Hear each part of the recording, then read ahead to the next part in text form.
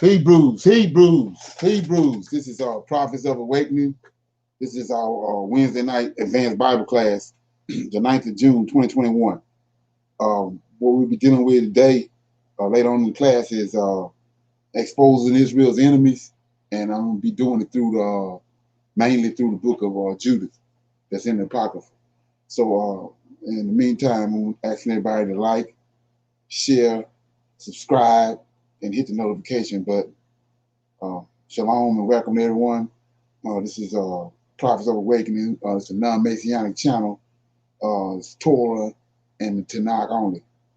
So with that being said, we're going to go into our moment of silence and then do a prayer and Psalms, and then we'll do our current events. O Lord, righteousness and upright belongeth unto thee. Therefore we come before thee at this hour, seeking thy face and looking for righteousness and uprightness, that we may walk before thee as serving David and Solomon and Samuel and Hezekiah did, that we may walk before thee in truth and in righteousness and in rightness of heart. Give unto us, O Lord, an understanding heart, that we may discern between good and bad, for you possess the power to turn us. For we desire to walk after thee, O Lord, keep your commandments and your testimony and your statutes with all our heart and soul, to perform the words of the covenant that was written down by your prophets. O Lord, allow thy face to shine upon thy people. Hear our plea, hear and do, O Lord, and hide not thy face from us, for we need you so very much at this hour. Peace be unto you, Lord.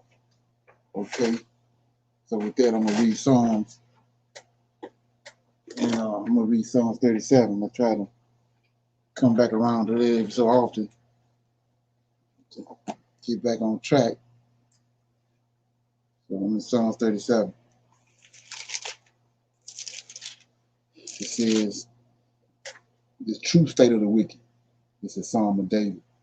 Fret not thyself because of evildoers, neither be thou envious against the workers of iniquity, for they shall soon be cut down like the grass, and wither as the green herb. Trust in the Lord and do good, so shalt thou dwell in the land, and verily thou shalt be fed. Delight thyself also in the Lord, and he shall give thee the desires of thine heart. Commit thy way unto the Lord. Trust also in him, and he shall bring it to pass. And he shall bring forth thy righteousness as the light, and thy judgment as the noonday. Rest in the Lord. Wait patiently for him. Fret not thyself because of him who prospers in his way, because of the man who bringeth wicked devices to pass. Cease from anger. Forsake wrath. Fret not thyself in any wise to do evil, for evildoers shall be cut off. But those that wait upon the Lord, they shall inherit the earth. For yet a little while, and the wicked shall be. Yea, they shall diligently consider this place, and it shall not be. But the meek shall inherit the earth, and shall delight themselves in the abundance of peace.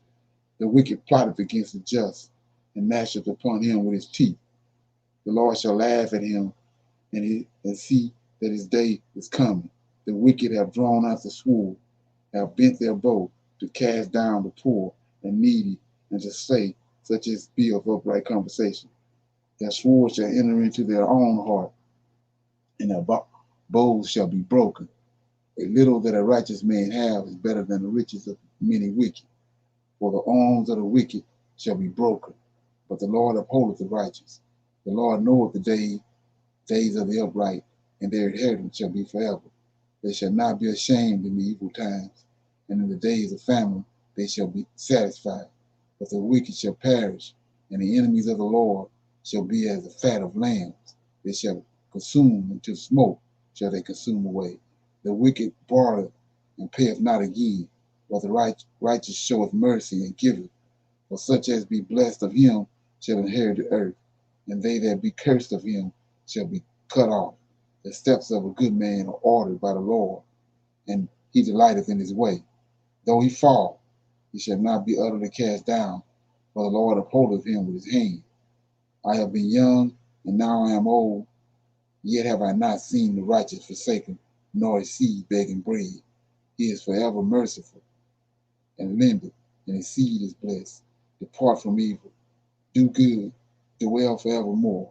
For the Lord loveth judgment, and forsaketh not his saints. They are preserved forever. But the seed of the wicked shall be cut off. The righteous shall inherit the land, and dwell therein forever. The mouth of the righteous speaketh wisdom, and his tongue talketh of judgment. The law of his God is in his heart. None of his steps shall slide. The wicked watcheth the righteous, and seeketh to slay him. The Lord will not leave him in his hands, nor condemn him when he is judged. Wait on the Lord, keep his way, and he shall exalt thee to inherit the land. When the wicked is cut off, thou shalt see. I have seen the wicked in great power, and spreading himself like a green bay tree. Yet he passed away, and lo, he was not. Yea, I sought him, but he could not be found. Mark the perfect man, behold the upright, for the end of that man is peace. But the transgressors shall be destroyed together. The end of the wicked shall be cut off. But the salvation of the righteous is of the Lord. He is their strength in the time of trouble. And the Lord shall help them and deliver them. He shall deliver them from the wicked and save them because they trust in him. Okay, that was Psalms 37. So my thing about this Psalm 37, if you ever get in the jam, just get by yourself and read Psalm 37. You don't get no motivation, something wrong. Okay. So with that being said, we're gonna go into our current events. So what that was you talking about, Kenny? Yeah, I sent to you the Ghana president who had a speech for the UN talking about Right, how the European and American nations have profited off the world's country that has the most natural raw minerals and all not minerals and all the uh, like diamonds, golds, and different things and spices that they how they profit off of Africa, and over all these years since Europe has come to Africa, the prosperity from the cultivation of the land has been one sided. Israel, I mean, not Israel. Europe has built its country to where it's at now off the materials that right, they get from Europe, from Africa, and the initial goal was for both countries to profit and help each other. But because Africa is so poverty stricken in his country and other countries, it's one sided. So he made a declaration to the UN this past week that ends and he's challenging the other presidents right, of the other nations in Africa to do the same because um, it is time for Africa to get its profits from what and he's explained about China and all the other countries that's come in and got the raw materials and how right, they profit. He said a proclamation that ends, and he's going to push where that if it's going to be fair and balanced, or it's not going to be at all. right. And the Libya president, well, I think he was assassinated this past week. So people who are making this move, I think they're going to start taking them out. Right. Yeah, that's an old trick. They always do that. Hmm. They killed this president I think about a couple of months ago. But Hmm. in the past they kill off one of them and then everybody get quiet for about 3 or 4 years. But that ain't working no more because they right back at it again. Yeah, Uh, the person that started all that was the Ghana president. yeah, He, that's who it is, Ghana. yeah, he cut off all the cocoa. Hmm. He was talking about how that. You got Hershey, a city in America called Hershey, but they getting all the chocolate from Africa. And so Yep. why is not a city or why is not a city in Africa named Hershey? That's where it's And, coming from. and a So Hershey bar would cost right, probably $10 there. right, exactly. Yeah, they getting their cocoa, taking it to America, then they turn around and making chocolate balls and selling it back to them.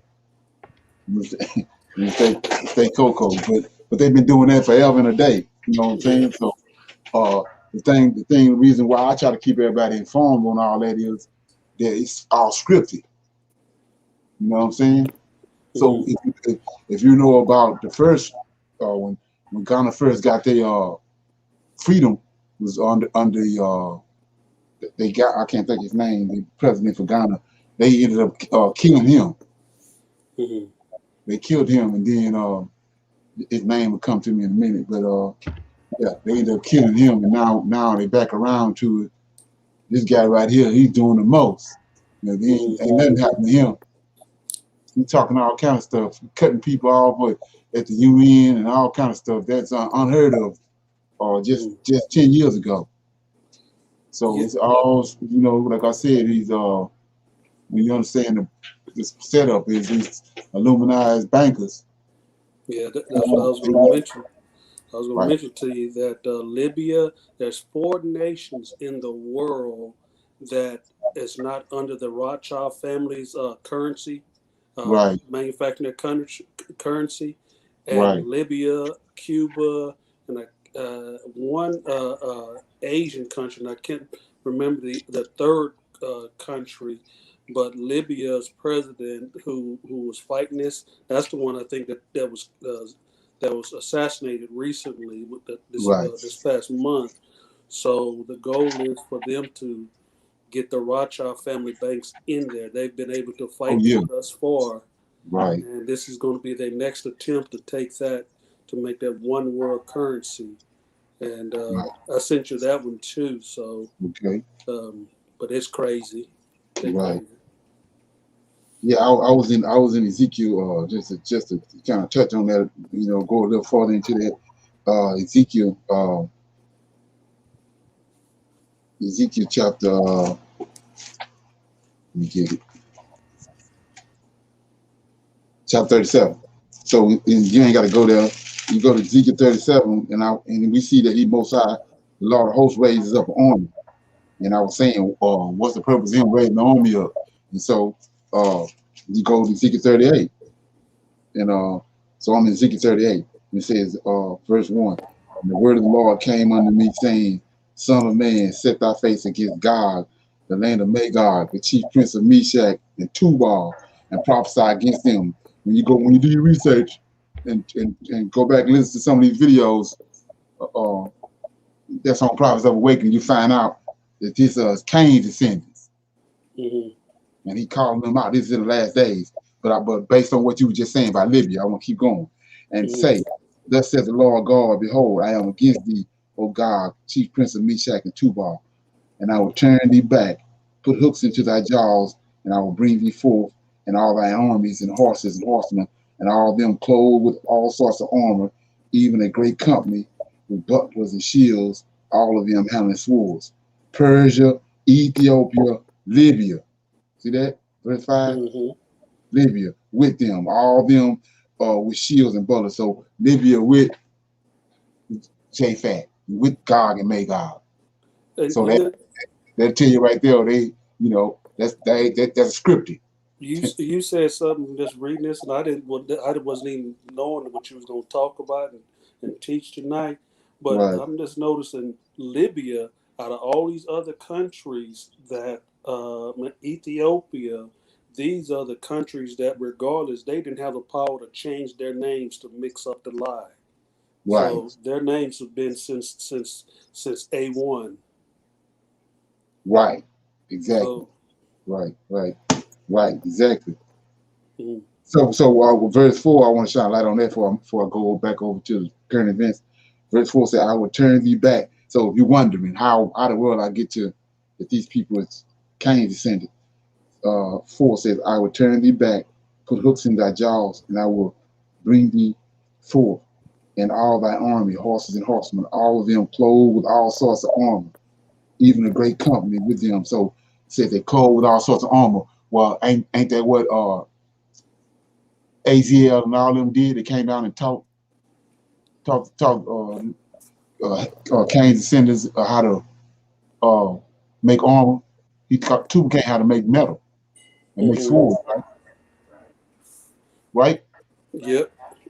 There it is right there. It says, I will turn thee back, and I'll put hooks into your jaws, and I will bring thee forth all thine army, horses and horsemen, all them clothed with all sorts of armor. Just metal, iron, and stuff to, mail, stuff to wear, to fight, to kill folks with. Even a great armed company with butlers and shields, all of them handling swords. Okay, they've been doing that ever since those fallen angels came down and Mm-hmm. introduced that to them. Let me read that right quick. Let's go ahead and put everybody out there in YouTube world. Okay, get it right quick.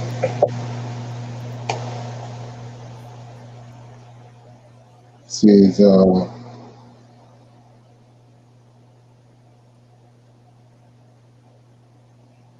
it says in chapter 8 of Enoch, and Aziel taught men to make swords. Keep in mind what I just read. And Aziel taught men to make swords, knives, shields, breastplates, and made known to them the metals of the earth and the artworking of them, and bracelets and ornaments, and the use of autonomy, and the beautifying of the eyelids, and all kinds of costly stones and coloring tinctures. So there it is right there. So these Cain's descendants came down, and then we get to Ezekiel 38, in the very end of time, these same people Most High called out. So that means from chapter 8, I just read it, what Isaiah taught them, till the very day, they're the ones with all the fighting and killing and all that was going on. And the Mm-hmm. reason why he taught them how to use the swords was because they got that spirit in them. That's what Cain killed Abel. Okay, so with that being said, uh, anybody else got any current event? Okay, I got something right here. I said about the signs. I don't know if anybody know about this, but uh, they got an eclipse. I was going to show this Monday night, but we had that little mishap. So right here, we got I said how to watch this week's rare ring of fire, the solar eclipse. So I mean, see that? Like, that ain't a sign. I don't know what a sign is. We just got to figure out what it's about. Just got to figure out what it's about. This is what he said. He told us this we made all the heavens for us. It's for Adam's descendants and Abraham's descendants is watch the sky. So he says last month superflower or blood moon. This was they had last year. I showed you that lunar eclipse was hardly the only exciting celestial event of the season. This week brings an even bigger spectacle: a rare ring of fire, solar eclipse. There it is. Y'all can see that. When was this one? This week? I don't think I'm gonna read some more. I was gonna show it Monday, but I got we got it jacked up. Let me see if I can. I'm gonna read some more. It says watching an annular solar eclipse. A total solar eclipse occurs when the moon passes directly between the Earth and the Sun, completely blocking the sun light during an annual, annual solar eclipse. The moon does not completely cover the sun as it passes, leaving a glowing ring of sunlight visible. Okay, see, an annual eclipse can only occur under specific conditions. NASA says the moon must be in its first lunar phase, and it must also be farther away from the Earth in its ecliptical orbit, appearance smaller in the sky than it usually would. Because the moon appears smaller under these circumstances, it cannot fully block out the sun, forming what is called a ring of fire or a ring of light. Okay, as the pair rises higher in the sky, the silhouette of the moon will gradually shift off of the sun to a lower or left, allowing more of the sun to show until the eclipse ends. NASA said. Let me see when it is. Uh, June 10th. That's tomorrow, right? Right. Yeah, Thursday morning. June 10th marks a new moon, which will eclipse the sun at 6:53 a.m. Eastern time. To see it, look at the east. See that? Look at the east. Come on. Say narrow path of the eclipse will be completely visible in parts of Canada, Greenland, and the Arctic Ocean and Siberia. It will be partially visible for much of the rest of the northeastern North America, Greenland, Northern Europe, and Northern Asia. From the Washington, D.C. area, the moon will block out 80% of the left side of the sun as they rise together in the east, northeast at 5:42 a.m. Sun will appear as a crescent during this time, NASA said. Ain't that something? And don't China have the crescent moon? That China? Yeah, China have a crescent moon on their flag, right? Oh. Ain't that something? Well, I think so. And Yeah, and not crescent only that, moons. not only that, Arabs do too. Yeah. Ain't that something? Yeah, Yeah. so it said the sun will appear as a crescent in the that hit me broadside when I seen that. Okay, yeah. So China, we already know China rising. They got a big old crescent moon on their flag, and not only that, Islam and the Muslims got a crescent moon. Okay. Anybody got any comments on that? Did y'all know about that? No, I didn't know that. No. Yeah, that's tomorrow in the morning. It's gonna post to be able to see it. Okay. So let me go to this other got one more current event.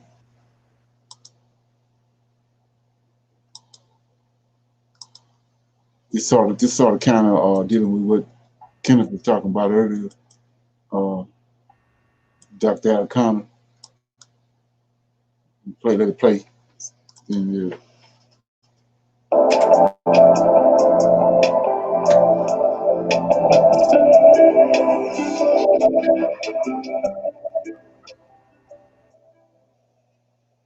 of it will work if we can heal ourselves of the legacy of slavery and the legacy of colonization.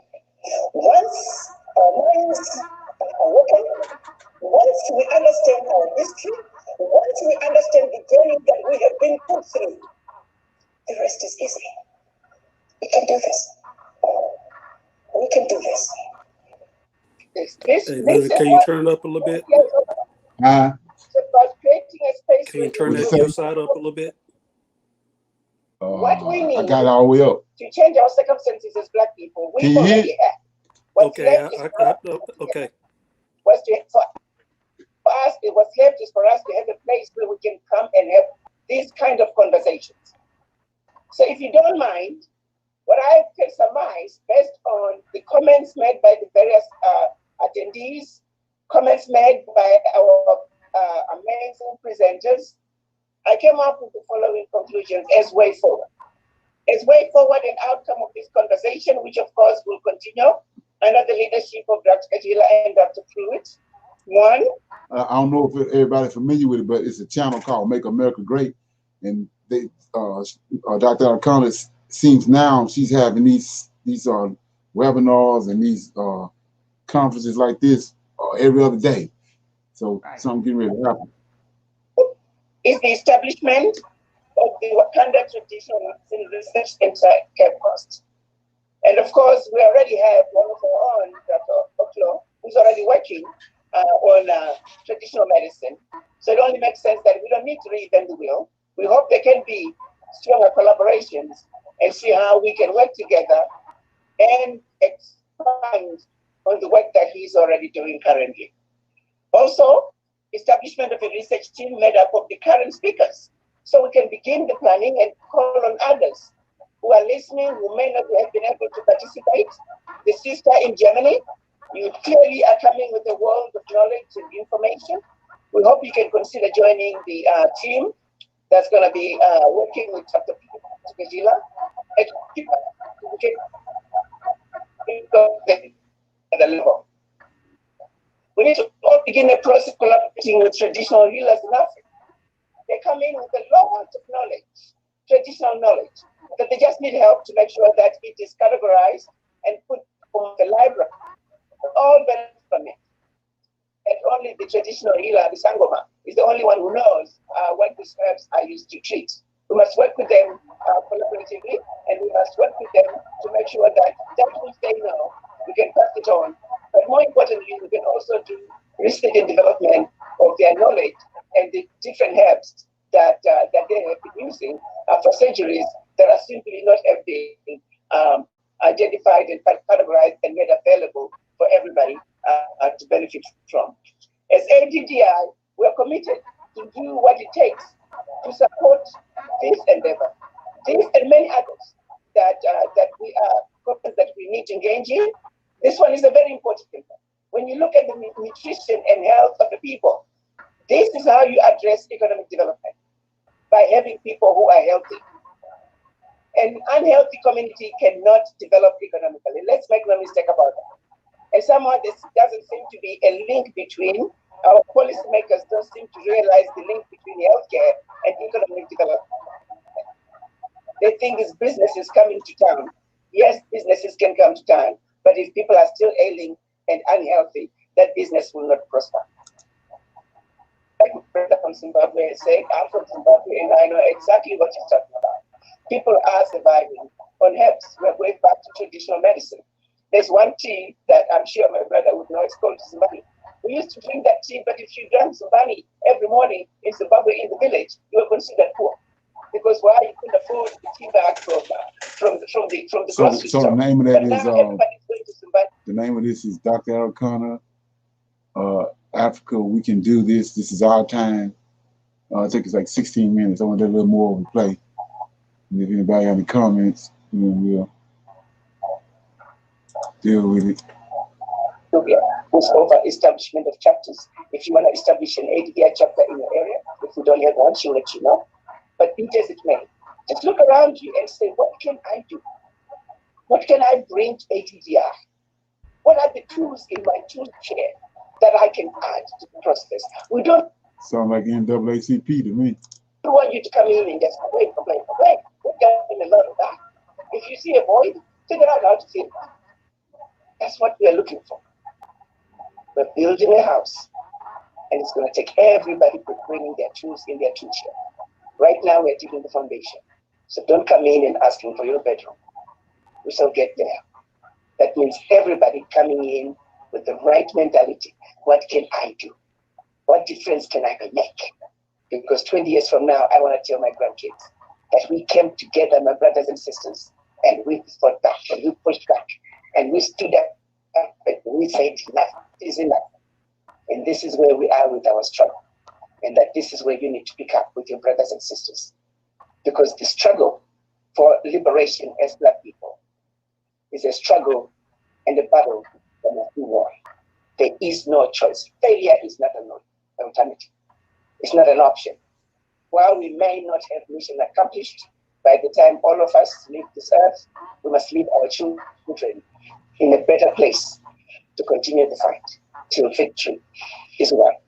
And let's remind our children once more that they are not inferior to anybody. We're not inferior to anybody. Nobody is superior to us. We are all equal under God.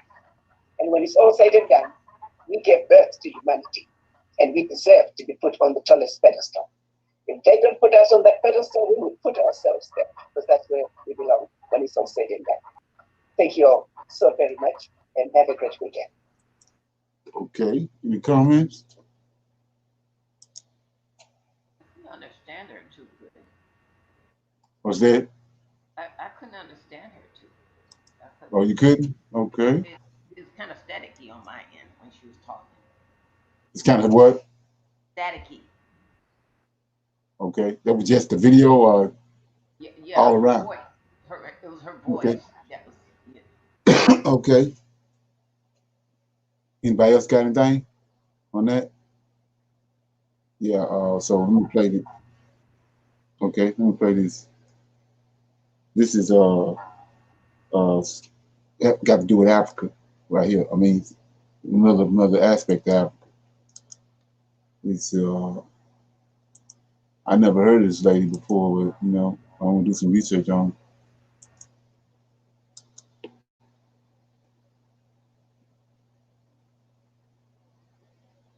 Okay. Because we have our beloved goddess, Biena, Dr. Biena Bello, excuse me. And I am so honored to have this goddess with us. Her contribution to the family is Yeah, it's the right name, so she must know something. Has been invaluable. We can't even put a number to her contribution and what she has done, not just for us, but also for IAT and keeping the fight and keeping the struggle going. Welcome, my good doctor. Welcome, my good goddess. How are you? Thank you.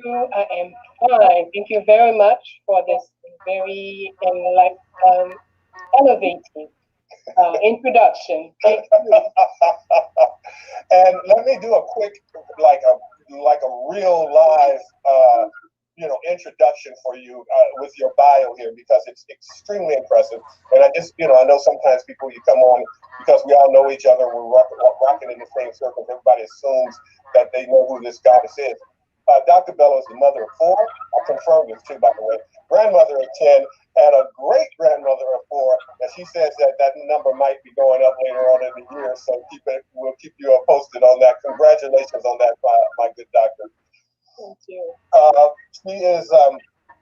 She teaches anthropology at the State University of IAT. She is among the few professional educators to have dedicated her life's work to the struggle for human rights and our dignity for our people across the planet. A humanitarian and advocate, Professor Bello continues to contribute time and resources to assist in the development of programs based on a procedure she conceives, which we're going to be talking about. It states that the greatest knowledge is the knowledge of self. Once one has developed the knowledge of self, one has no basis to envy another, to desire that which is not naturally yours, to promote or practice corruption. One is empowered to generate reciprocity, which is the foundation from which springs abundance and prosperity. Obviously, Dr. Bello is fluent in Haitian, Creole, French, English, Arabic, and Hausa. Is it Hausa or Hassa? Hassa. Hassa. And she's also featured as a leading Haiti scholar and historian in the documentary 1804, The Hidden History of IAT. Now, that's how you do it. So you got, you deserve that. You got to take the time out to give a goddess her goddess due in her introduction. That being said, when we talked last, Dr. Bello, I talked to you about wanting to talk about what is the state of IAT right now? What is our assignment, if you will, in our mission and message? Well, the first thing we have to say is that this is a program. What's going on in IAT today is an ongoing program that has been there since. And the saddest thing is that those who claim to run the country are totally unaware. People keep talking about, oh, there's a crisis today, there's a crisis tomorrow, but a crisis does not occur every other day. If you have a problem and you do not look at it from the in-depth look, you do not give it proper analysis, proper diagnostic, right? Diagnostic or diagnosis, yes. Diagnosis, all right. Then, of course, you cannot correct the situation. Mm-hmm. So, in a global way, we can say IT is just, as always, IT has that natural identity of being a flag bearer for our people across the world. The same way we will talk about IT being the first country to officially, legally, constitutionally become independent from slavery, worldwide Euro-Christian slavery, the same is true with everything that Haiti does. But it's the first thing we all have to understand. When we see something going on in Haiti, then we have to say, when will it come here? Or is it here? In what form is it here? Because the Euro-Christian slaving mentality is not dead.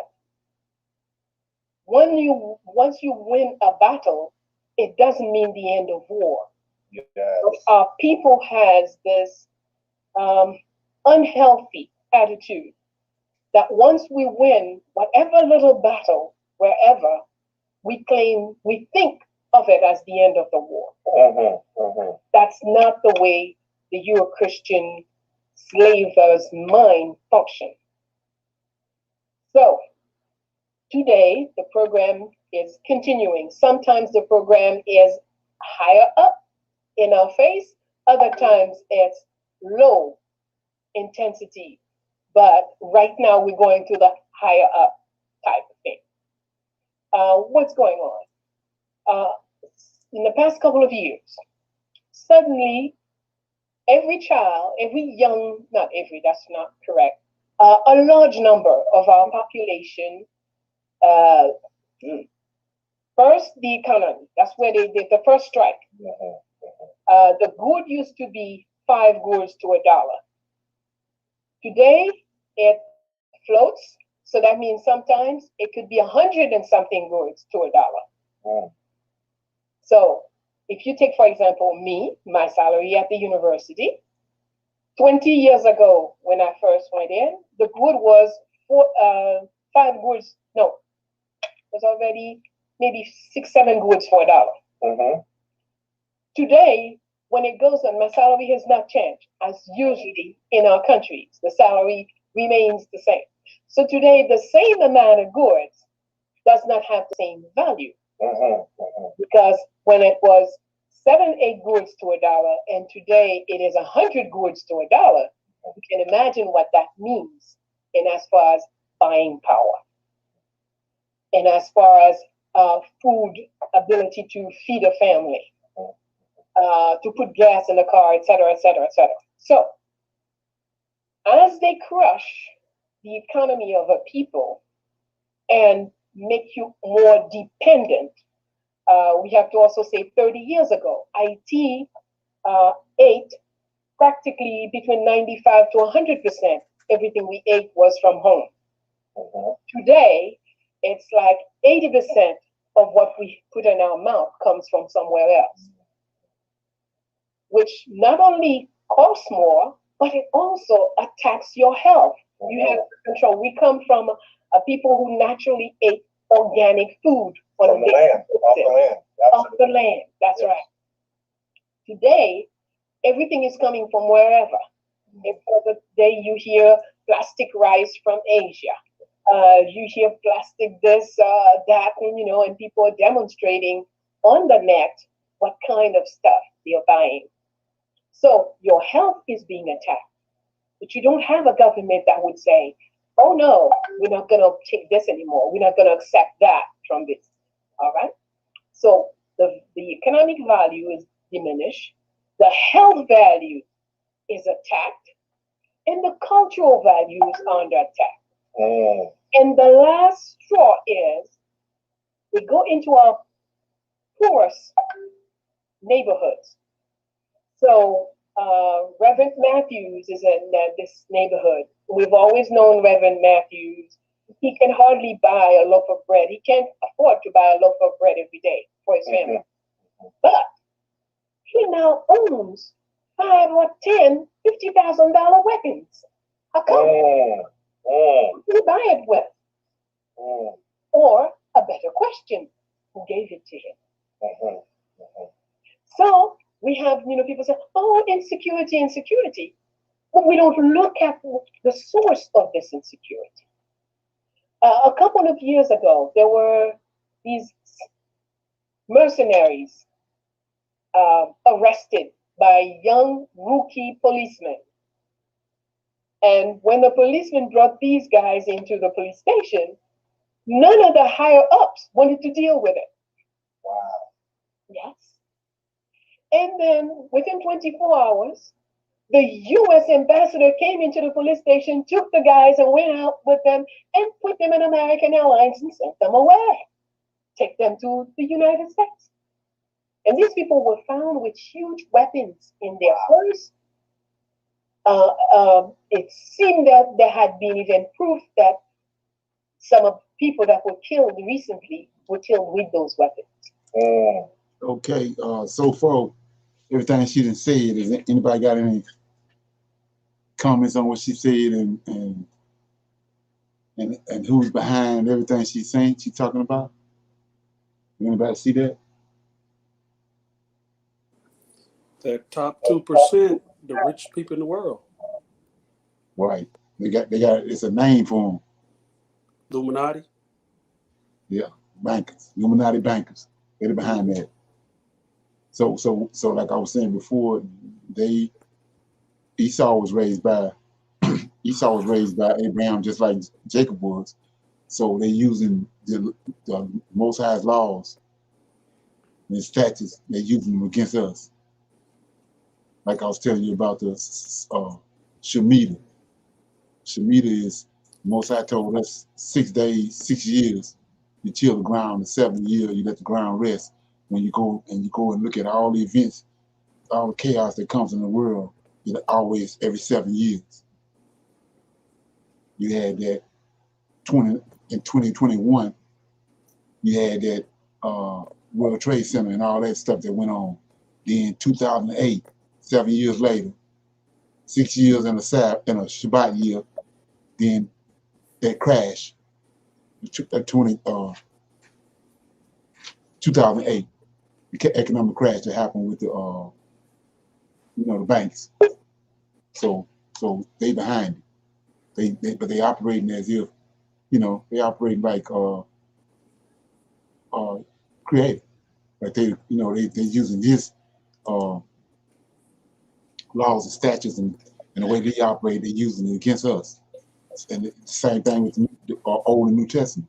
They just went and got they just took stories and situations from the Old Testament, created a God and put them on him, and they're using it against us.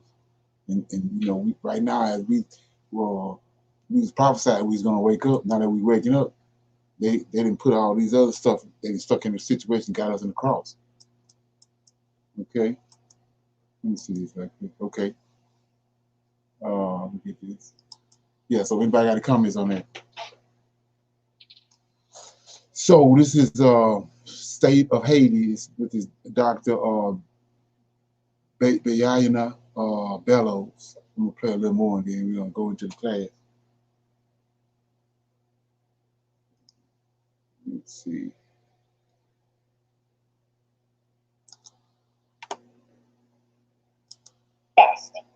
Who finished high school and is going to Spelman.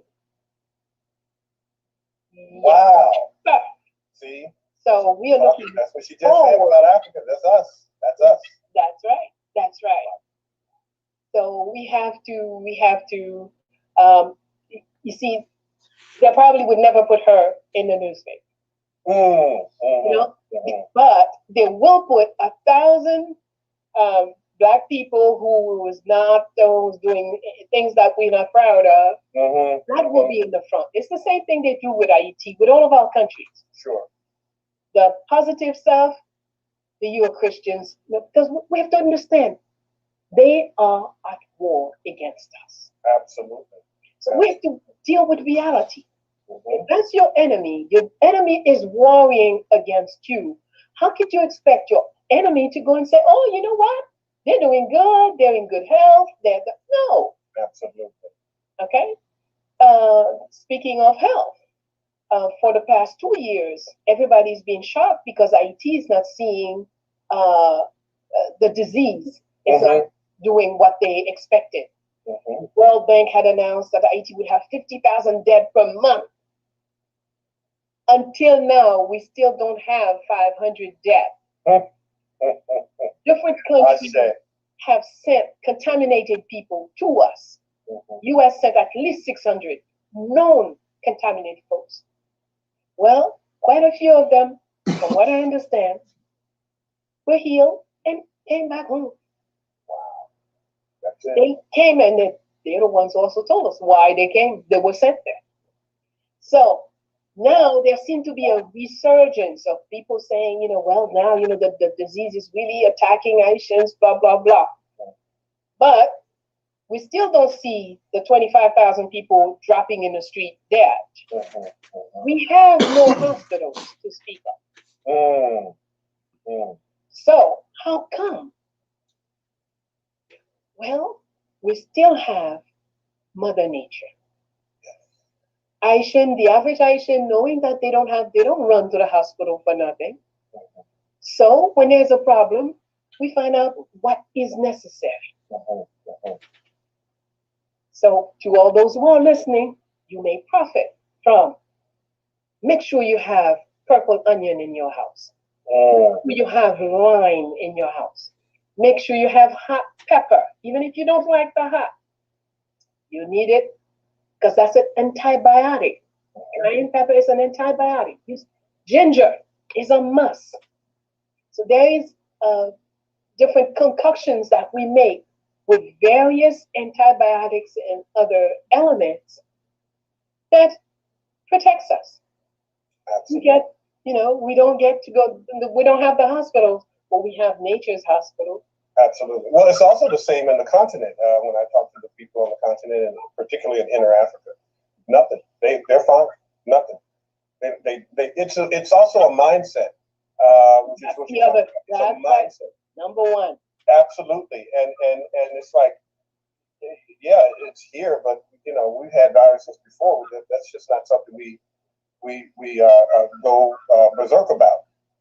This is something that the Europeans concocted, did. I don't want to go into it because they shut the channel down, but we got this, is what I'm trying to say. We got this, and some of you know that Dr. Elaine Ferguson is our medical advisor that's going to be with us tomorrow, as a matter of fact, on our live webinar. She's going to be giving us the 411 on how to save ourselves from not the disease, but the original virus, which is the European. So, Dr. Bello, I so thank you for your contribution and for saying yes to coming onto my platform and sharing your framework, our history, our story, and anything that I can do to assist you. You have full rights to everything that I do and love. And for the people, for all of you out there, thank you so much. I see Brother Greg is out there, Angie, Leo Wright, thank you so much. Brian Bino, Return of African Gods, see you out there. Thank you so much, family, for all of your support. And let's keep our story alive. Let's then not just keep it alive, but as Dr. Bellows gave us the framework, that last piece in those 6 stages is action. That we need to activate. Okay, so yeah, so if you're gonna check that out, it's State of Haiti with Dr. Bellows. So it's like 15 minutes. So what I want to piggyback off of is the fact that she said that we're in a constant state of war with our enemies. So with that being said, I want to jump off of that. Anybody got anything? Any comments on that? What was being said? Hey, Leonard, real quick. Periodically, I watch shows like The Shy and City on the Hill. These different little shows that I'll select certain ones to watch with my wife because I normally don't watch a lot of. I just watch a little sports. I don't watch as much TV. But these particular shows actually show how the CIA is attacking our communities with the drugs, the alcohol, the weapons, and stuff. They're actually talking about it and showing how they do it and have done it. And I normally don't watch it. I don't encourage everybody to really just watch it because some of the aggressive content. But if you ever wonder how and why, sometimes these shows actually, like the devil has to play his hand. That he's playing his hand through entertainment in these shows, which is quite crazy. Right. Hmm. But that's Right. all I. Okay. Yeah. Yeah. Yeah. They showing it. They show you in plain sight. You know, it's especially after you start waking up, and then it's some of the stuff that's been going over your head because you ain't been doing the research on it. But once you start waking up, you can see they putting all this stuff right in front of our face, and they've been doing it. It's just that Right. we was blind. Right. Hmm. They make us. And They make you neutral and numb to it, and not really paying attention to right. Right. Yeah. it. I don't know if you all know it or not, but them PPPs is a trap too. Some guy advertised, and I think it was a setup what he did though. He's showing people how he got the PPP and that he's enjoying his money and he even drinking a new beer in Florida on the beach. That's a setup. They've already arrested a bunch of black folks for getting that PPP. Yeah. What is that? That payroll. Um, anyway, it's the money that some of it is forgiveness. They'll forgive the money that they give you. It's through the SBA, the Small Business, and especially since Biden been in office, they call Right. it. Oh, I forgot what it's payroll something. Anyway, yeah, yeah. That was over 600 people that got arrested, right? I don't know how many, but yeah, quite a few people got arrested. Right. Yes, that was a setup.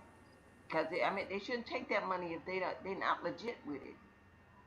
Right. Forgiven or not, don't take it if you can't follow the rules. Don't touch that money. Right. So, Okay. oh, and also when you talk about the flag with the crescent, there's four African nations with those. They got a star and a crescent moon, Right. and China's not one. China has a star with like some more stars going in front of it or behind Right. it. Yeah. Okay.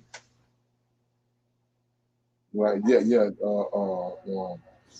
What countries did have to start on the crescent moon? I didn't catch all of it. Mauritius, uh, not sure if I pronounced that right. Um, Comoros, Comoros, Comoros, and all these are African nations, Right. and Libya, uh, uh, Tans, Tanzania,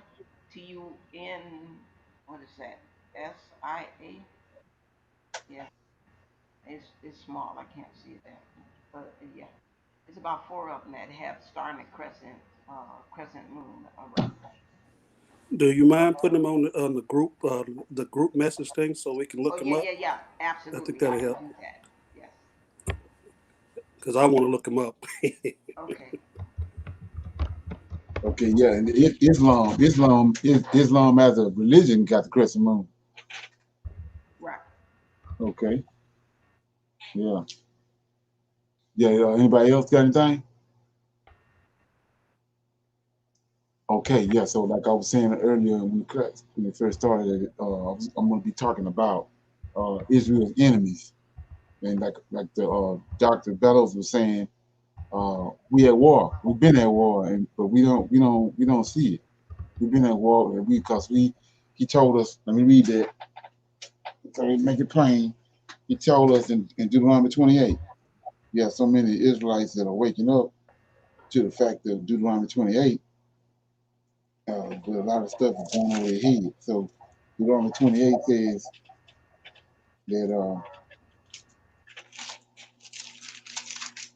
28 and 64 says, "The Lord shall scatter thee among all people from one end of the earth, even unto the other end of the other, and there thou shalt serve the other gods, which neither thou nor thy fathers have known. Said, among these nations thou shalt find no ease, neither shall sole of thy feet have rest, but the Lord shall give thee there a trembling heart, a failing of eyes, and a sorrow of heart." So what he's telling us is that we're going to be he scattered us among our enemies. Because Israel, when you go back to Mount Sinai, he said that Israel is a nation that he lifted up above all other nations. So that means all the other nations is Israel's enemies, whether they kin folks or not. And that's what we're going to really get into. A lot of what we get into tonight is that Esau, that's Jacob's twin brother, and Ammon was his cousin, because Lot was his kin Abraham, and he slept with 2 daughters and got Ammon and Moab. And then you got Midianites. They came from Abraham's second wife after Sarah died. You got the Midianites, and then you got Ishmael, the Ishmaelites, it's the Arabs. They came from Hagar. So a lot of Israel's enemies is a blood kin. So with that being said, I'm gonna read Psalms 83.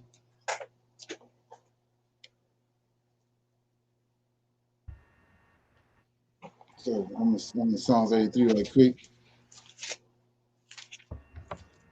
And Psalms 83 says, "Keep not thy silence, O God. Uh, hold not thy peace, and be not still, O God. For lo, thine enemies make a tumult." We're gonna find out later on in this psalm who our enemies are, and that's where we were scattered among our enemies. It says, "For lo, thy enemies make a tumult, and they that hate thee have lifted up their head. They have taken crafty counsel against thy people, and consulted against thy hidden ones. They have said, Come, let us cut them off from being a nation, that the name of Israel may be no more in remembrance. For they have consulted together with one consent. They are confederate against thee. The tabernacles of Edom," see that? Tabernacles of Edom, the Ishmaelites, Moab, the Hagarenes, Gebal, Ammon, Amalek, and the Philistines with the inhabitants of Tyre. Asher also is joined with them. They have helped children of Lot. Do unto them as unto the Midianites. I just mentioned the Midianites. That's one of the boys, Midian, that came from Sarah's Abraham's second wife. As Cicero, as the Jabin, the Brook of Ashton. So we see all the enemies right here. He naming them. So we're gonna go into. I want to show you something. So this ain't, all the chaos that we go from one situation full of drama to another situation full of drama. All that's part of curses. But I want to show you tonight that this ain't something that just started when we got on the slave ship and came over here. I'm gonna go back to the beginning, then we're gonna come down to the day. So I just read Psalms 83 and it listed our enemies. So now I'm in Nehemiah. Like I said before, the Most High says, follow the old paths. You want to understand what's going on with him, you got to go back. That's to the Torah and to the Tanakh, the Old Testament. So I'm in Nehemiah. Okay. I'm in Nehemiah. Okay, what's happening is they was in Babylon and they came back from Babylon, and I was explaining on other videos how it was 3 incursions. They was taking the Babylon, the Israelites taking Babylon, three different incursions happened. The Chaldeans came to Jerusalem 3 times, and they was taken over a period of 3 different occasions, and they came back 3 different times. It was 3 different incursions. Zerubbabel and Joshua came back first, then Nehemiah came back, then Ezra came. So we're in the book of Nehemiah. I'm going to read chapter 2. It says, "And it came to pass in the month of Nisan, in the 20th year of Aar's king, that wine was before him. And I took up the wine, and I gave it unto the king. Now I had been before time sad in his presence. Wherefore the king said unto me, Why is thy countenance sad, seeing thou art not sick? This is nothing else but sorrow of heart. Then was I very so afraid. And I said unto the king, let the king live forever. Why should not my countenance be sad when the city, the place of my father's sepulchres, lie waste, and the gates thereupon are consumed with fire? Then the king said unto me, for what doest thou make a request? So I prayed to the God of heaven, and I said unto the king, if it please the king, and if thy servant have found favor in thy sight, that thou wouldest send me unto Judah, unto the city of my father's sepulchres, that I may build it. And the king said unto me, the queen also sitting by him, for how long shall thy journey be, and when wilt thou return? So it pleased the king to send me, and I set him a time. Moreover, I said unto the king, if it please the king, let the letters be given me to the governors beyond the river, that they may convey me over till I come unto Judah. So one thing I want to deal with while it's fresh right here, verse 7 says, moreover, I said unto the king, if it please the king, let the king give me let the king give me let's say, let letters be given me to the governors beyond the river. So I was telling you that's kings. That word governor is kings. He says, give me 7 says, moreover, I said unto the king, if it please the king, let the king let letters be given me to the governors beyond the river, that they may. So those are kings, but because the Chaldeans had conquered them, they saying governor. He's allowed. That was one of the slick things that Cyrus did that other kings didn't do. Other kings would come in and wipe everybody out foolishly, and then by them being conquerors, they have to move on. Well, you didn't tore up the infrastructure of the country. So what Cyrus would do, he would come in, overpower the people. 9 times out of 10, they just submitted. They laid down all their arms. So he would put a king in place. Or if the other king didn't agree to it, he would put another king in place that was submissive to him. But because the Chaldeans now own the country, the king is called a governor because he's just governing, but he's actually a king. So that's why I was showing you. Let me go over it right quick. And you got to understand this. I mean, Zechariah, right quick. They doing that right now in Africa. They still doing Right, that. right. And you have to understand it. That's what I'm saying. That's why it says illuminized bankers. That's what I was telling you. So anyway, they super slick. Well, So preach on, brother.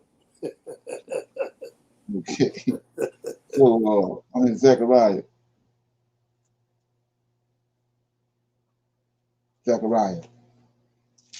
and then just something as simple as that. Getting the full understanding of what's going on. Go over people's head. I'm in Zechariah chapter 12, and this is the future deliverance of Israel. It ain't happened yet.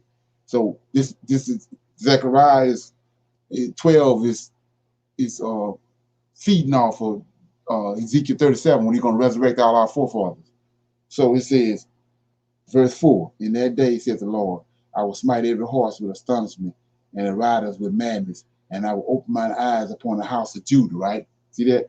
The house of Judah. Well, that's what David is. David came out of Judah, and the Most High got a covenant with David. That he always going to have a son on the throne out of David's lineage. So all the first and second Kings, first and second Chronicles is kings. All of them out of David's lineage. So he says right here, verse 4, in that day, said the Lord, I will smite every horse with astonishment and his riders with madness, and I will open mine eyes upon the house of Judah, right? And I will smite every horse of the people with blindness and the governors. See that? It's kings. You're going to see that in a minute. And the kings of Judah shall say in their heart, the inhabitants of Jerusalem shall be my strength. In the Lord of hosts, their God. In that day will I make the governors, the kings of Judah, like a heath of fire among the wood, and like a torch of fire in a sheaf. And they shall devour all the people round about on the right hand and on the left. And Jerusalem shall be inhabited again in her own place. So he's going to all these kings. That's why it's of the utmost importance that you understand what's going on with all these kings and with David and what's going on with the order, what's going on with those books. So that's who he's resurrecting. All these kings that we're reading about over here in, like I said, First and Second Kings, First and Second Chronicles, he's going to resurrect all of them. And that's what they're saying right here. But they putting governors there to throw you off, but it's not. That's kings. So I'm back over here in Nehemiah. Verse 8 says, well, anyway, I was going to read that. I showed you that when the other day we was talking, Jeremiah, he told Jeremiah, go to the gate, talk to the princes. And then he says, he put the hot coals on Jeremiah's lips. So when Jeremiah got to the gate, everything that the Most High told him, the Most High was speaking through him to them. Just like we just read Monday with Balaam. He actually speaking through Balaam. Lord of hosts doing that. So you say, what are you talking about? Let's go to and you got to get that. So go to Exodus chapter 3 right quick. So that's the Lord of hosts speaking through us, speaking through the prophets. So now I'm in Exodus chapter 3. Okay. Let me get it right quick. Exodus chapter 3, verse 1. Now Moses kept the flock of Jethro, his father-in-law, the priest of Midian, and he led the flock to the backside of the desert and came to the mountain of God, even to Horeb. And this is an angel of the Lord, right? Angel of the Lord, that's the Lord of hosts, Michael, appeared unto him in a flame of fire out of the midst of the bush. So Michael showed up as a consuming fire. Then it says, and he looked, and behold, the bush burned with fire, but the bush was not consumed. Then 3, Moses said, I will now turn aside to see this great sight while the bush is not burned. And 4, and when the Lord saw, this the angel of the Lord saw that he turned aside to see, Yahweh called unto him. So this ain't nothing new under the sun. Yahweh formed these 7 angels. He's speaking through them. He on his throne, but he's speaking through them. So Lord host doing the same thing with Israelites and with the Levites. He took them to himself. So he's speaking through them, just like he did with Balaam. He actually speaking through them. So reason I'm showing you all that, I'm back in Nehemiah chapter 2. And you have to start getting an eye for this and an ear for it. So chapter 2 says, and it came to pass in the month of Nisan, in the 20th year of Ahaz the king, that I was, look at this Nehemiah, that I was before him, and I took up the wine. He's the wine man for the king. He has to taste the wine before the king tastes it. So if somebody trying to poison him, they will poison Nehemiah first. So he says, and I took up the wine, I gave it unto the king. Now I had been before time sad in his presence. So Nehemiah sad in his presence because of he know the state of Jerusalem. He's sad. So if he know he a pious man, he's a Levite. So that means he's praying. So watch this. 2, wherefore the king said unto me, why is thy countenance sad? That's Yah. You got to get that. That's Yah right here. Look. Wherefore the king said unto me, why is thy countenance sad, seeing thou art not sick? This is nothing else but sorrow of heart. Then was I so afraid. See, he's afraid. So he's so afraid. It's Yah. Now watch this. And he said unto the king, let the king live forever. Why should not my countenance be sad when the city, the place of my father's sepulchre, that's his graves, go back to Ezekiel 37. They are all concerned about these sepulchres because they know they're going to get resurrected. So he says,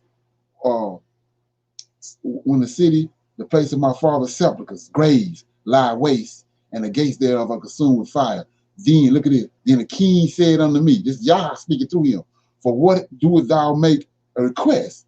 So I prayed to the God of heaven, and I said unto the king, if it please the king, and if my servant have found favor in thy sight, that thou wouldst send me to Judah, unto the city of my father's sepulchre. There you go again, graves, that I may build it. And the king said unto me, queen sitting by him, for how long shall thy journey be, and when will thou return? So it pleased the king to send me and to set him a time.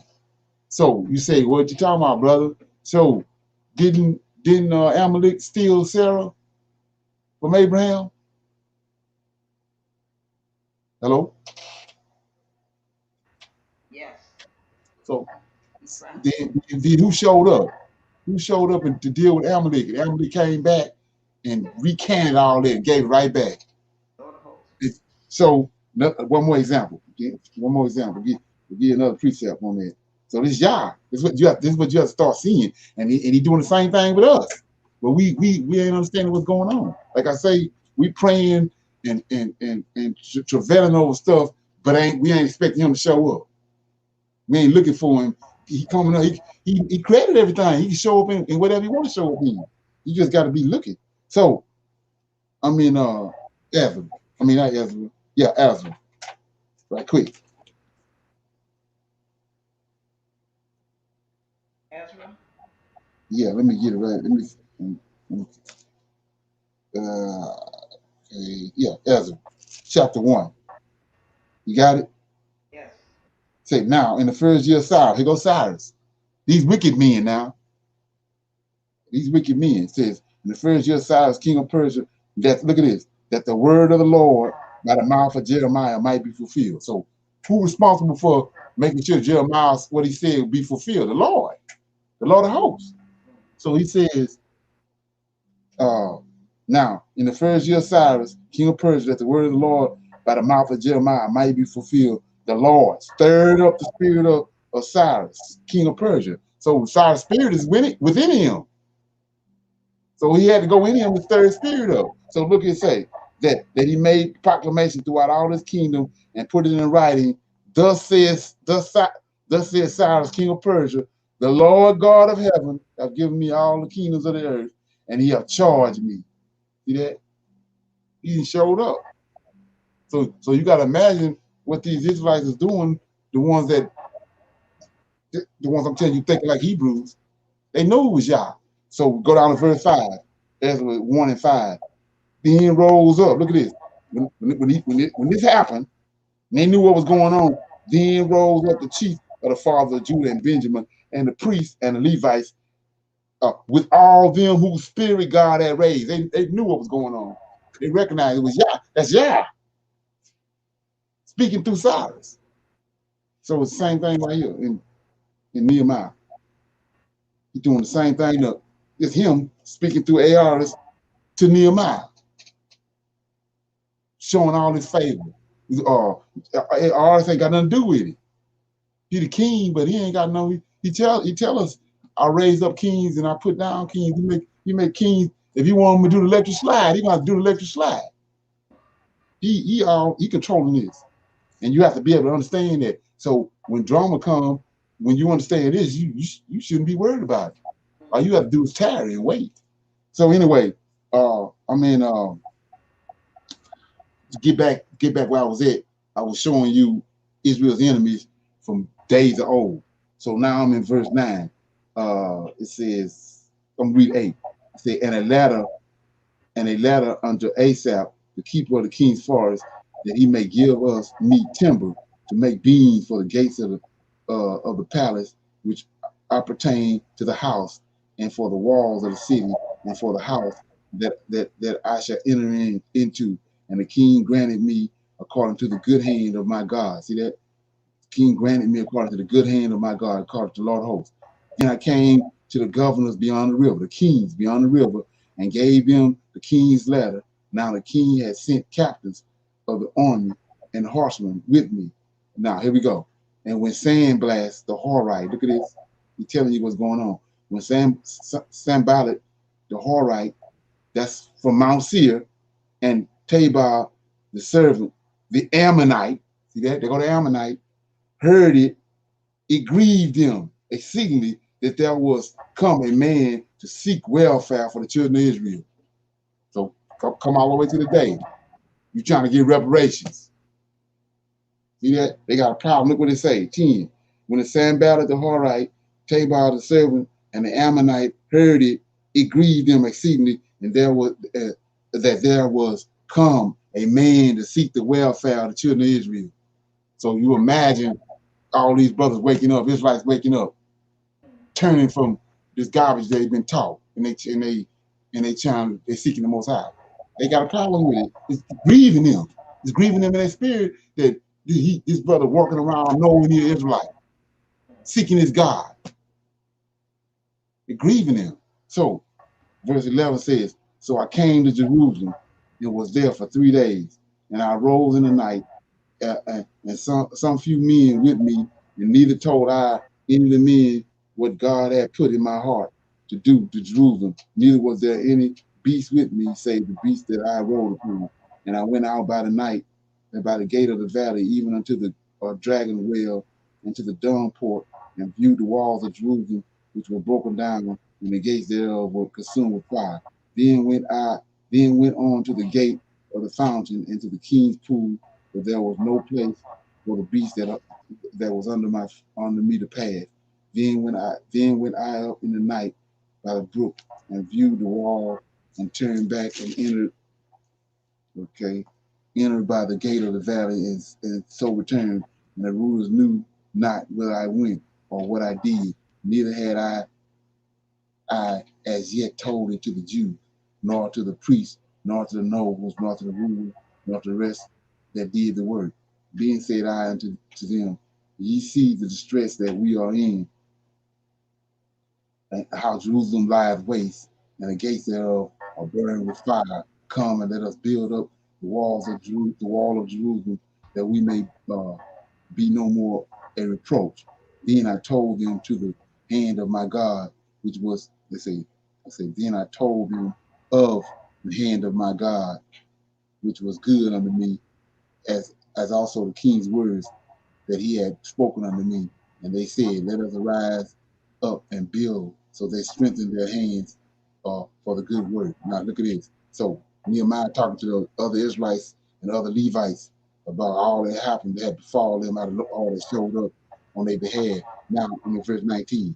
But when Sanballat, the Horite, Tabach, the servant, the Ammonite, and Geshon, the Arabian, that's an Arab, that's out of Ishmael's lineage, heard it, they laughed us to scorn and despised us and said, what is this thing that ye do?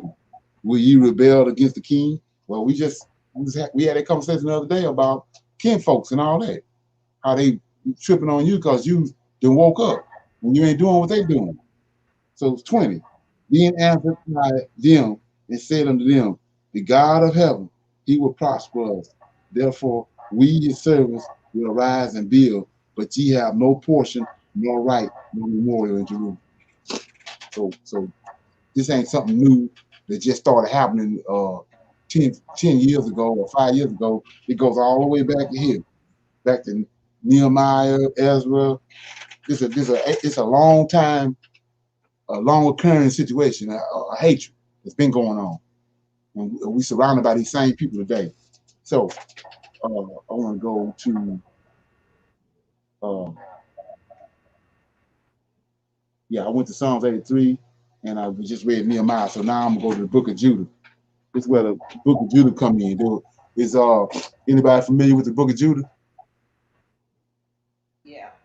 Yeah. Okay, that's in the Apocrypha. So I'm going there right now, and I'm gonna read a couple of chapters in order to get my point across.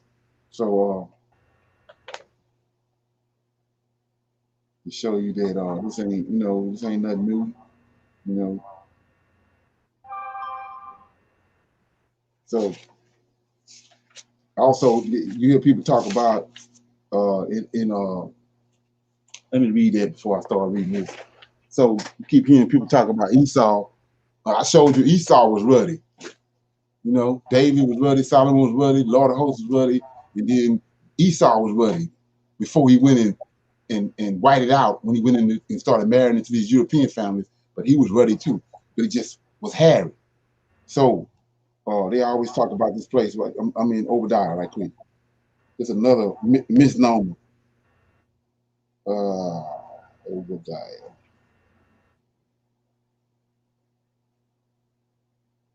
Okay, so it says in Obadiah, chapter 1. I mean, chapter 1 chapter. Start first 1 says, the vision of Obadiah. Thus says the Lord God concerning Edom. We have heard a rumor from the Lord, an ambassador is sent among the heathen. Arise, and let us go up against her in battle. So he went to the heathen to get them mercenaries to go and fight Israel. Then 2 says, behold, I have made thee small among the heathen. Thou art greatly despised. Now here we go. 3, the pride of thine heart have deceived thee, thou that dwelleth in the cliffs of the rocks, whose habitation is high, that saith in his heart, who shall bring me down to the ground? So they telling you how about in Mount Seir and in Petra, where Esau dwelled up in the mountains. That's high up in the mountains, right? That's where these skyscrapers and all this stuff come from today. He dwelled high up in the mountains. And he's constantly trying to simulate his habitation, his original habitation. Even at the Caucasus Mountains. A bunch of them went over there. That's how they converted those Khazarians into. So they saying that, Esau dwelled, in the high places, in the mountains. So keep that in mind. So now I'm in Judah, and I'm starting reading in Judah, the book of Judah. Says in the 12th year of the reign of Nebuchadnezzar, who ruled over the Assyrians in the great city of Nineveh, in the days when Arphaxad ruled over the Medes in Ecbatana.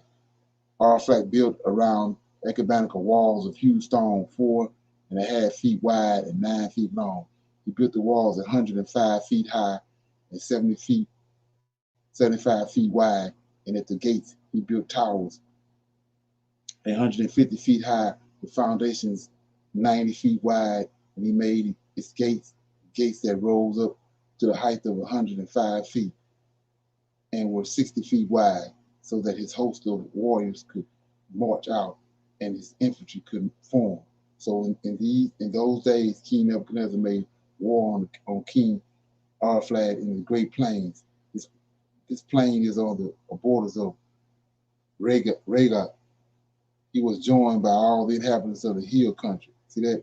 All the inhabitants of the hill country and all who lived along Euphrates and Tigris and Hadris and on the plains of Oric, king of I can't say these names, Elmashas, and many nations joined the army of the Chaldeans.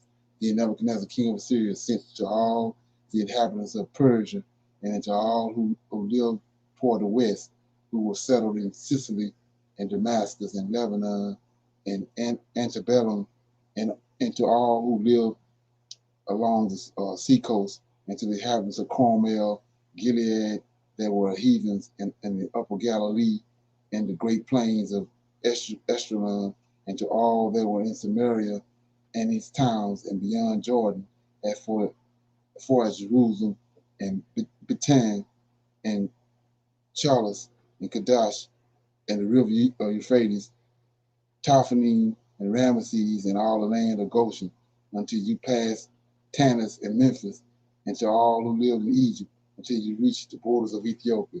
But all the inhabitants of the land paid no attention to the command of Nebuchadnezzar, king of Assyria, and would not go with him to war, for they were not afraid of him, but regarded him as just a single man, and they sent his messengers back disappointed and disgraced. So in Nebuchadnezzar, the situation at hand, Nebuchadnezzar getting ready to fight against this army of Arphaxad, and the people know how mighty, how strong he is, but they don't regard Nebuchadnezzar. So he sent letters to get mercenaries to come help him fight, but they don't respect him. They're throwing rocks at him. So they're gonna go to war. I was showing you how the Lord of Hosts was speaking through these different men. So they disregard Nebuchadnezzar, but Jeremiah got prophecies, and he got prophecies that got to come past. So if this other king, no matter how mighty he is, if he's not part of what the Most High says is gonna happen, then he in trouble. So Jeremiah already prophesied a king is gonna come from the north, across the whole, and sweep across the whole landmass. It's Nebuchadnezzar. So it says, then Nebuchadnezzar was very angry with the whole country, and he swore by his throne and by his kingdom that he would certainly take vengeance upon all the regions of Sicily and Damascus, Syria, and kill with the sword all the inhabitants of the land of Moab and the Ammonites, all Judah, and everybody in the east, in Egypt, until you come to the coast of the two seas. So in the 17th year, he made war with King Araphat, and he overcame him. See that? He overcame him and put Araphat's whole army and all his cavalry and all his chariots to flight. Why? 7 angels with him. These 7 archangels with Nebuchadnezzar. That's why he put them to flight. And he took possession of his cities and reached Ibanica, and he took his towers and plundered his bazaars and turned its glory into shame. Then he took Arphaxad captive among the mountains of Reged and struck him down with his spear and utterly destroyed him unto this day. Then he returned with his spoils and all his motley army and very great body of soldiers, and there he and his army took their ease and feasted for 120 days. Right? Then it says, in the 18th year of his reign, on the 22nd day of the first month, it was proposed in the palace of Nebuchadnezzar, king of Assyria, to take vengeance on all the lands, just as he had said. He called together all his ministers and all his nobles, and he set before them his secret purpose, and fully related all the wickedness of the land with his own lips. And they decreed that all who had not obeyed the command of the king had uttered should be destroyed. And when he had completed his plan, Nebuchadnezzar, king of Assyria, summoned Holophine, the general of his army, who was second to himself, and said to him, this Lord of hosts, his Lord of hosts, thus says the great king, the Lord of all the earth, when you go from my presence, you must take with you men confident in their strength, to the number of 120,000 infantry and 12,000 mounted men, and you must go and attack all the western countries, because they have disobeyed the command that I uttered. You must call upon them to prepare earth and water in token of submission, for I will go against them in my anger, and I will cover the whole face of the earth with the feet of my army, and I will give them up to them to plunder, and their ravines will be filled with their wounded, and every brook and dashing river will be filled with their dead, and I will send them as captives to the ends of all the earth. That's what Jeremiah prophesied right there. So, but you must go and take all their frontiers for me in advance, and they must give themselves up to you, and you must hold them for me till the day of their punishment. But as for those who disobey, your eyes must not spare them, but you must give them up to be slain and plundered in all your land. For as surely as I am alive, by the power of my kingdom, I have spoken, and I will do this with my hand. You must not transgress any of your Lord's commands, but you must carry them out in full as I have ordered you, and you must not put off doing them. So Hopham left his master's presence and called in all the marshals and generals and officers of the Assyrian army, and he mustered picked soldiers as their as his master had ordered him to do, to the number of 120,000 and 1,200 mounted archers, and he marshaled them as a great army is marshaled. He took camels, asses, mules, an immense number for their transport, and sheep and cattle and goats without number to provision them, and the food in abundance for every man, besides a great deal of gold and silver from the king's palace. It says says okay, let me get this. As he set off with his entire army to go ahead of King Nebuchadnezzar and to cover the whole face of the land toward the west with their chariots and horsemen, and picked foot soldiers, and there went out with them a motley host like locusts, like the dust of the earth. They could not be counted. They were so many. They marched 3 days' journey from Nineveh to the edge of the plains of Big Clef, and they encamped opposite Big Clef. near the mountain that is north of the upper Sicily. And he took his whole army, his infantry, cavalry, and chariots, and moved into the mountains country and ravaged, put, and lewd, and plundered all the sons of Rasheth and the sons of Ishmael who lived along the desert to the south of the country of Shalom. Then he crossed the Euphrates and passed through Mesopotamia and tore down all the high walled towns on the river Abram until you come to the sea. He took possession of the frontier of Sicily, cut down all who resist him, and went as far as southern frontier of Japhet, facing Arabia. And he encircled all the sons of Midian, burning their tents and plundering their flocks. He went down into the plains of Damascus during the wheat harvest and set all their fields on fire and destroyed their flocks and herds and plundered their cities and devastated their lands and smote all the young men with the edge of the sword. So fear and horror of him fell on all, look at this. So fear and horror of him fell on all inhabitants of the seacoast who were in Zidon and Tyre, and those who lived in Shur and Osin, and all who lived in Germanica, and the inhabitants of Ozatah, Ashkelon, were exceedingly afraid of him. So they sent messengers and said in peaceful terms, "Here, we servants of Nebuchadnezzar, the great king, lie before you. Use us as you please. Our dwellings and our land are in every wheat field, our flocks and our herds, excuse me, and all our tentfolds lie before you. Use them as you please. Our cities and our inhabitants are slaves. Come and treat them as you see fit." So we're going somewhere. I'm almost there.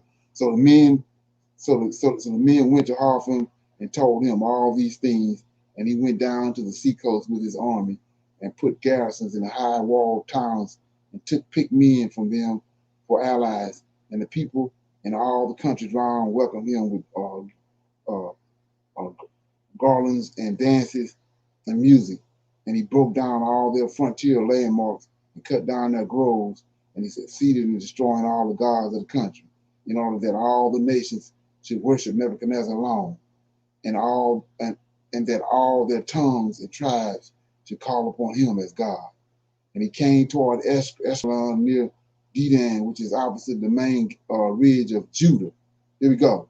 So he came to Eshkelon near Dodan, which is opposite the main ridge of Judah. And they pitched their camp between Geba and Sophilis, and he remained there a whole month in order to gather together all the transport of his army. So here we go. Then the Israelites who lived in Judah heard all that Harpham, the commander-in-chief of Nebuchadnezzar, king of Syria, had done to the heathens, and how he had plundered all their temples and destroyed them, and they were dreadfully afraid of him, and distributed about Jerusalem and the temple of the Lord their God, for they had recently come back from their captivity, and all the people of Judah had gathered together not long before, and the sacred dishes and the altar and the temple had been consecrated after that uh, profanation.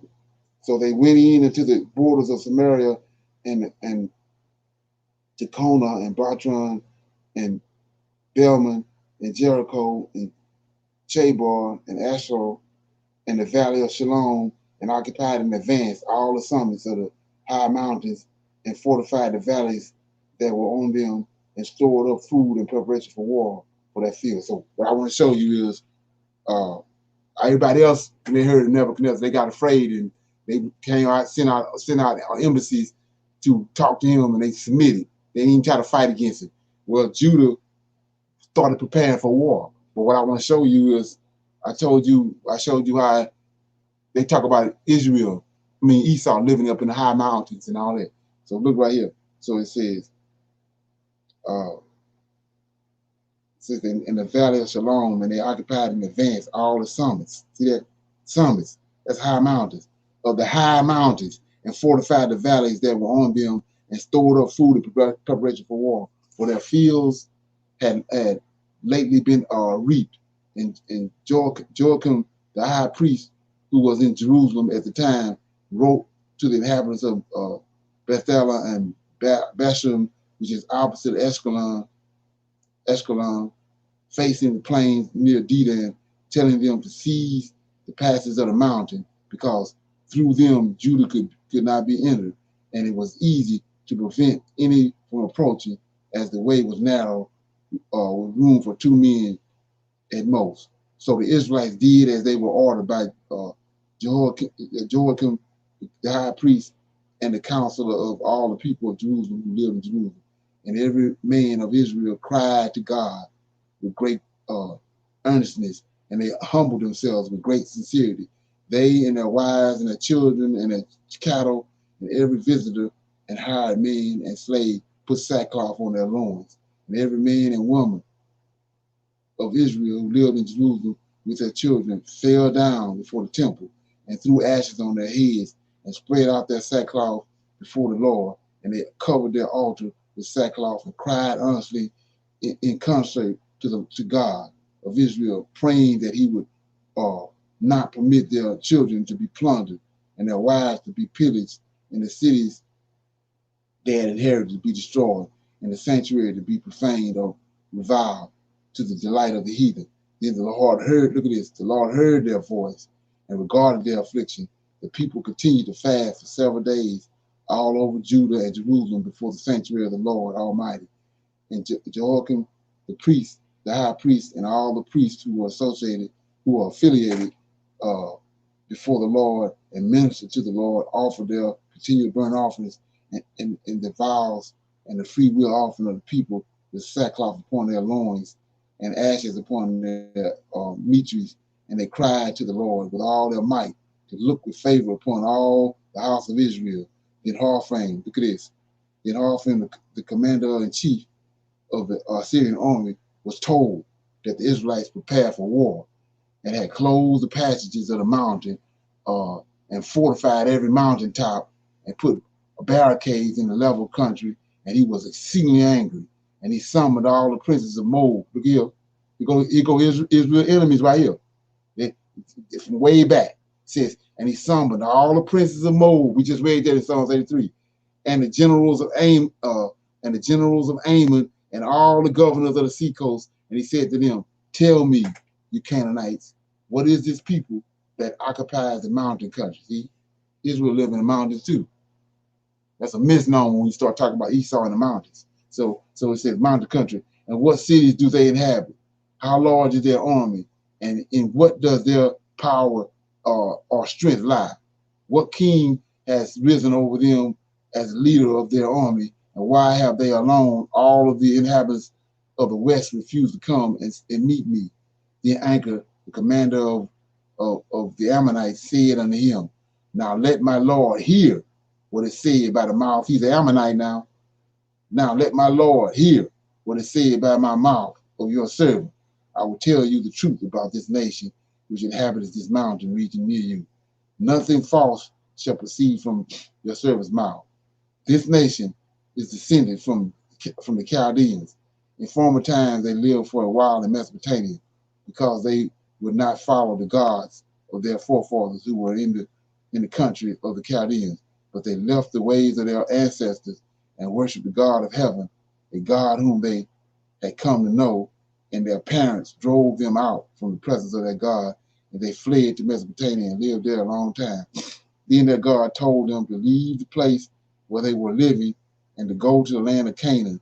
So they settled there and grew rich in gold and silver and very many cattle. Then they went down into Egypt, for a famine spread over the face of the land of Canaan, and they stayed there until they were grown up. There they became a great multitude. The nation could not be counted. The king of Egypt took measures against them and took advantage of them, making them work and making brick. They degraded them and made them slaves. Then they cried to their God. Let me read that again. Then they cried to their God, and he afflicted all the land of Egypt with incurable plagues, and the Egyptians drove them out from among them. God made the Red Sea dry up before them, and he set them on the road to Sinai and to Kadesh. And they drove out all the inhabitants of the desert and lived in the country of the Amorites. And they were so strong that they destroyed all the people Heshbon, and they crossed the Jordan and took possession of all the mountain regions. See that? All the mountain region. They drove out before them Canaanites, the Perizzites, the Jebusites, Shechem, and all the Israelites, and they settled there for a long time, as long as they did not sin against their God. They prospered. But God, who hates wrongdoing, was with them. But when they abandoned the way he had determined for them, they were utterly destroyed through many wars and carried off as captives to a country that was not their own. And the temple of their God was leveled to the ground, and their cities were taken by their enemies. Now they have turned to their God and have come back from their dispersion that they suffered, and they have taken possession of Jerusalem, where their sanctuary is, and they are settled in the mountain region. See that? They are settled in the mountain region, for it was unoccupied. Now, Your Majesty, if there is any fault of ignorance in this nation, they are sinning against their God, we may perceive that they are guilty of this offense. Then we can go up and defeat them. But if there is no disobedience to the law in their nation, then my Lord must pass by them, or the Lord will protect them, and their God defend them, and we shall be disgraced in the eyes of the whole earth. Okay, so I'm gonna stop right there. So, like I was saying before, this how informed our enemies was when the Lord of hosts from Nebuchadnezzar wanted to know what was up with these people. That was our enemies. I just read, told them everything. So same way today, they know everything about us, and it's been the shameful part of it is that they been knowed all this. We just not started waking up, finding out who he was. They been knowed all this when they was telling the Israelites on the slave ship, don't look at them. That's what that was all about. They already knew all the time who he was, and that we was we was sinned against our God. Reason why we was in that predicament, and so they don't want us. They don't want us to stop eating pork. And stop worshiping JC, and start going to church on Sunday. They want us to keep on doing that. They concocted all that to keep us in this shameful state that we in. So he broke everything down. So he ain't that old. So what he's saying was passed down to him from his parents. It was passed down from them. They passing the information on. They know everything about us. He broke it all the way down. Okay. So I went to the book of Judah just to show you how our enemies are. But you want to keep on reading it, you can. This is a book of Judah. So I'm gonna open it up. We got about 10 minutes. I'm gonna open it up for some questions or comments. Then we're gonna close out. Anybody got any questions? This Nebuchadnezzar and this war type stuff sounds like American its capabilities in war and how Right. they go about pillaging and stuff. They don't necessarily always use the physical military, but they use the CIAs and the FBI's. Right. Right. Same old Exactly. concept. Right. They got it from they got it from what the Americans are doing. They got it from their forefathers. It ain't the other way around. They use the tactics from long ago. They use them today. It's just that the form of weaponry is maybe changed, but the way they go about doing it, they got that from their forefathers. And the same Nebuchadnezzar was the same Nebuchadnezzar who was trying to kill Abraham, but he lost sight. Well, wait a minute. Hey, I'm trying to kill the Most High is one of His chosen, but all of a sudden it seemed like what he seemed like he's in my favor. I'm winning all these wars. Right. Exactly. Right. Which blinds them just like our country is blind, thinking Right. they are doing what's right for the best for the world, and they believe Right. that mess. Right. Exactly. The whole time, it's the Lord of hosts behind them, showing them favor, but and then when the time is up, it's up. That's how that works. What do you say? I reign on the just and unjust alike. Right. Exactly. Right. Yeah. Yeah. You have to. They have to register. You behind all of it. You ain't just behind some of it. You behind all of it. Yeah. Anybody else have anything? Oh yeah, that's from that book you read. Is that Judah and the Apocrypha, right? Or is that what's the other one? Yeah, that's Judith and Apocrypha. Okay, all right, thanks. Right. Yeah, I just got to. I just read up to the point to expound on the fact that it's the same group of people from way back in the day that's still doing it. We got it's their kinfolk: Esau, Amalek, Moab, Ammon, Ishmael. They all the same people today. You got the Arabs come over here and they get gas stations and clothing stores and all this stuff, and they ain't concerned about our condition. You know, they worried about what's going on with them. They can care less all the atrocities that have befallen us since we got here 400 years ago. They care less. Mm-hmm. As a matter of fact, they aiding in it. They aiding in the oppression. Yeah. You made me think about one of the Chaldeans when I was over in Michigan. When I was at Sam's at I was in line to just buy some food, right? And there was some Mhm. Chaldeans behind me in another line, and I just happened to glance over my shoulder. This one Chaldean man looking at me like he wanted to kill me, Right. and I'm so he kind of mosey his way in front of me while looking at his family like he's talking to them, but he takes out these 100 wads of money and is gonna count it in, like counting it so I can see it. Right. Okay. And I'm like, you four people behind me, why'd you walk all the way? I'm just thinking to myself, Right. why did you walk up and kind of like stand almost in front of me and just start counting money like you talking to his wife, like I'll pay for it. But yet he's Uh-huh. cutting his eyes at me. And I'm like, I just smiled at him and said, hey, I said, I hope you make it to your car safely because those other people might want to take your money. And he Right. turned his head and looked at me like, but just yell if you want me to help you. And I just walked Right. off. And then so, oh Just yeah, crazy. For no reason. He just did that. right. Yeah, I never did figure that out. Because, being ignorant at the time to what was really going on, I didn't never could figure out why, in the military, you be in those foreign countries, and people they just got a problem for you, with you, don't even know you. It's you know what I mean.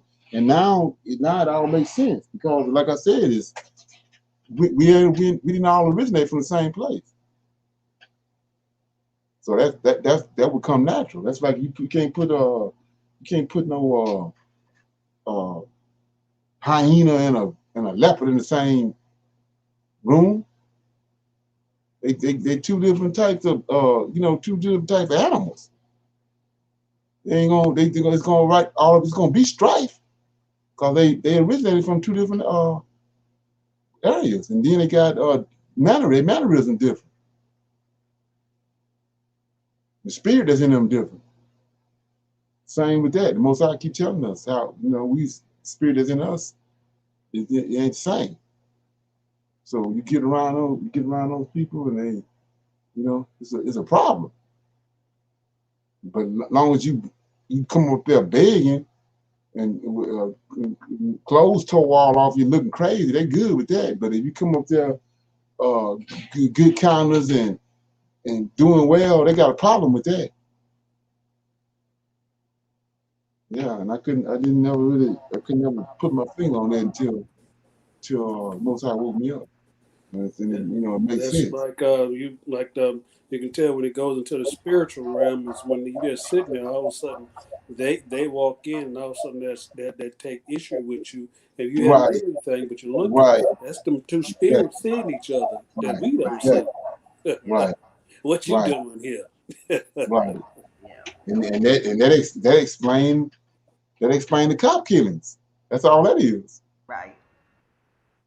To two different manner of people, the one hate the other one. Yes. Yeah, simple as Speaking. that. I mean, how can you enslave somebody, you know, and beat them down every day? Don't feed them right. Then when they have children, you take the children and sell them off. You got a problem with them people. Right. Right. You know what I'm saying? And then how can you shoot somebody down and unarmed person and you know they don't you sitting there uh, gilded down to the T with all kind of weapons as a cop, and this person don't have nothing, No. but you shoot them down.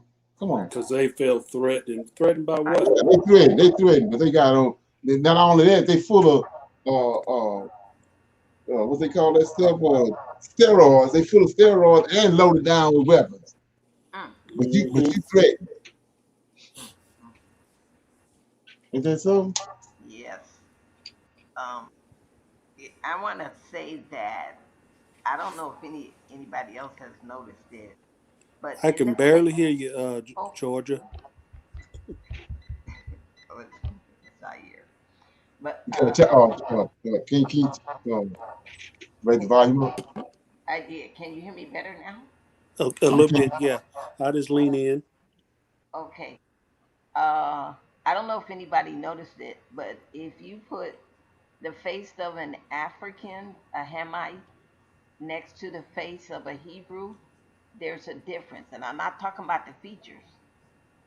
Now, I read somewhere in the word where it says that Yah wrote his name in our face. Okay. I'm looking at all of you who I can see on this thing. I see there's light in your face. Right. I don't see light in the face. And the reason why I bring this up because a friend of mine, this lady, she went over and to Gambia.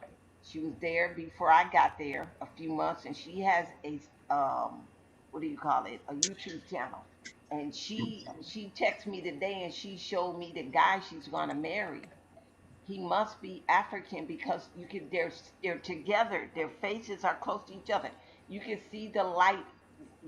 Yah is all in her face. I don't see that in his face. That's Right. yeah. I have.